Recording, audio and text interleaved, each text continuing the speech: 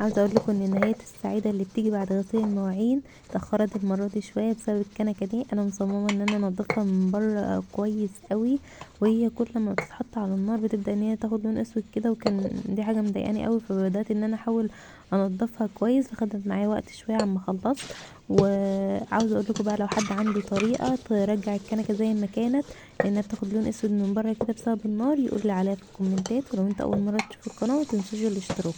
عاوزه اقول لكم كمان ان اي حد مكسل انه يغسل المواعين، الفيديو ده يشجعك اوي ان انتوا تقوموا تخلصوا كل اللي وراكم وتغسلوا المواعين، اهم حاجه. المهم كملوا الفيديو للاخر، وما تنسوش تشتركوا في القناه لو انت اول مره تشوفوا. عاوزه اقول لكم بقى ان انا اول حاجه بدات بالكوبايات. الحمد لله المره دي الكوبايات ما كانتش كتير قوي. بدات بقى بالكوبايات اول حاجه عشان السلكه تفضل نظيفه كده. فاستخدمت اول حاجه ان انا اغسل الكوبايات. وعاوزه اقول لكم كمان الكوبايات ما تسيبش كتير الصابون فيها، علشان خاطر ما تبداش ان هي تلزق وكده وتبدا تضايقوا وانتوا بتشطفوها. انا بغسل على طول الكوبايات، ما كانتش كتيره زي المره اللي فاتت، كان كتير جدا وما ركبتش عليها المواعين المره دي. اول باول كده بدات ان انا اشطف الكوبايات عشان خاطر الصابون ما يلزقش فيها. عاوزه اقول لكم الكوبايه دي مرضتش بقى ان انا مرضتش ان انا اغسلها على طول بسبب ان هي كان لازق فيها حاجه، فسبتها في الميه شويه لحد ما تدوب. بدات بقى بعد ما خلصت كل الكوبايات اللي معايا، بدات ان انا اغسل الاطباق الاول. انا بحب اغسل الاطباق عادي والكوبايات عادي، ما بحبش اغسل الحلل. بدات بقى ان انا استخدم الاطباق الاول، ما كانتش برضو كتير الحمد لله، ما رقمتش عليا كتير زي المره اللي فاتت. اهم حاجه بجد المواعين ان هي تتعمل باول باول، لكن احنا طبعا بنكسل فبنبدا ان احنا نسيبها على بعض ونعملها على بعض، بس مش مشكله يعني، المهم ان هي بتخلص في الاخر. بدات بقى ان انا اشيل لما بلاقي طبق كده لازق فيه حاجه او اكل او الكلام ده كله، ببدا ان انا استخدم الميه الاول لحد ما انزل كل الحاجه اللي معايا على الطبق، وببدا ان انا اغسلها عادي. بدات بقى ان انا اغسل هنا بدات بقى ان انا استخدم واغسل الحلل اللي معايا. ما كانوش كتير يعني، هما كانوا حلتين او 3 بالكتير قوي. غسلتهم كده على طول، ما خدوش وقت خالص. ولقيت تاني اطباق برضو وانا بغسل، كملت برضو غسيل الاطباق مع الحلل بقى، استخدمته كله مع بعض. وانا كنت بحب الاول ان انا اغسل الاطباق واخلصها وبعد كده اخش في الحلل. لقيت بقى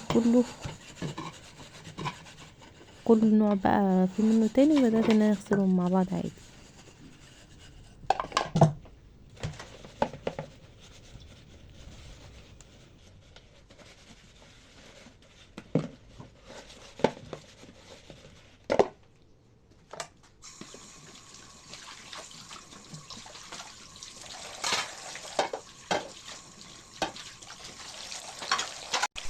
وطبعا بقى بعد ما بغسل الاطباق بعملها على طول بالميه علشان خاطر ما يلزقش فيها الصابون.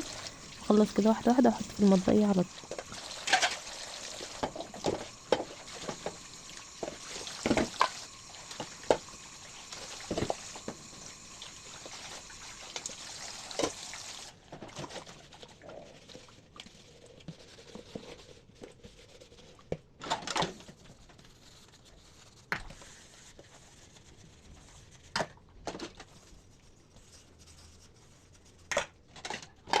عاوزه اقول لكم بقى لو الانسان بيستخدم نفس السرعه اللي انا عامله بقى الفيديو دي كده في الحقيقه، والمواعين بتخلص بكل سهوله كده، ما كانش الواحد تعب بجد.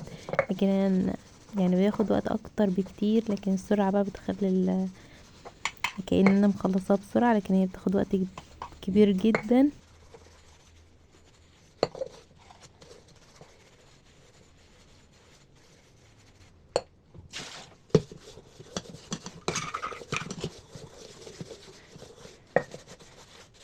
اهم حاجه ما تنسوش بقى لو انتوا عندكم طريقه بتنضف بيها الكنك كده بتاع الشاي دوت من النار، من العلامات السوداء اللي عامله بره دي، يا ريت تقولوا لي ما تنسوش.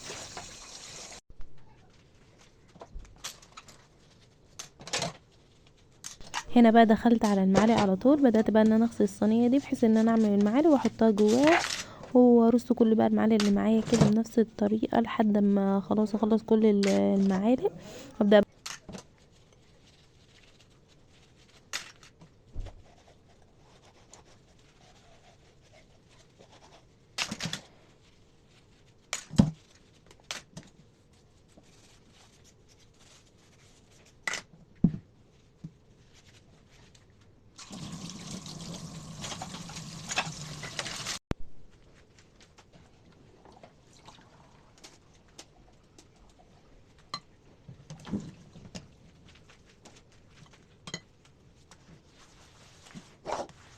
والحمد لله وصلت هنا بقى للمرحله اللي انا بحبها. ببدا ان انا اغسل بقى الرخامه والحوض كده من مكان المواعين طبعا، والكوبايه دي فضلت لحد الاخر ما كانتش برضو بشر اللي جواها، فسيبتها بقى براحتها لحد ما تبوش خالص.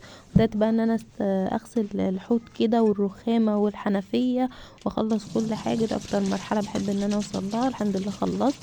لو انتوا كمان لسه ما خلصتوش المواعين اللي وراكم، قوموا بقى تشجعوا بعد الفيديو ده وتغسلوها، ومتنسوش تشتركوا في القناه وتعملوا وتفعلوا زر الجرس وتعملوا لايك. بس كده.